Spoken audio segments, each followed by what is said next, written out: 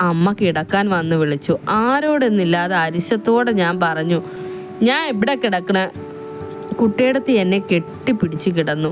ഉമ്മറ വാതിലും അടുക്കള വാതിലും കൊട്ടി അടയ്ക്കുന്നത് കേട്ടു.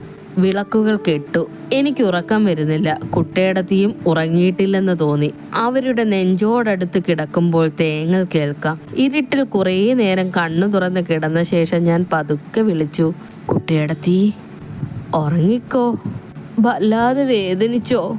ഇല്ല, ഉറങ്ങിക്കോ. അവരുടെ നനഞ്ഞ മാറിടത്തോട് ചേർന്ന് ഞാൻ കിടന്നു. ബാസു നല്ല കുട്ടിയാവണം. അമ്മയും വല്യമ്മയും ഒക്കെ നോക്കണം കേട്ടോ.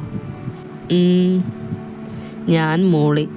എൻ്റെ പുറത്ത് കുട്ടിയടത്തിയുടെ വിരലുകൾ താളം പിടിച്ചു. ഉറങ്ങിക്കോ മോൻ, ഉറങ്ങിക്കോ.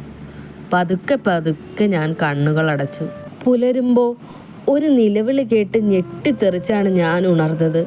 കണ്ണു തിരുമ്മി നിവർന്നപ്പോൾ അമ്മയും വലിയമ്മയും നെറുകയിൽ കൈവച്ച് നിലവിളിക്കുന്നു. ജാനുവടത്തിയുമുണ്ട്. വലിയമ്മയെ കെട്ടിപ്പിടിച്ച് കരയുന്നു. ഭയപ്പാടോടെ ഞാൻ നോക്കി. അപ്പോൾ നടുപ്പുരയുടെ ഉത്തരത്തിൽ നിന്ന് ഒരു കയറിൻ തുമ്പത്ത് കുട്ടിയടത്തിയുടെ ശരീരം ആടുകയായിരുന്നു.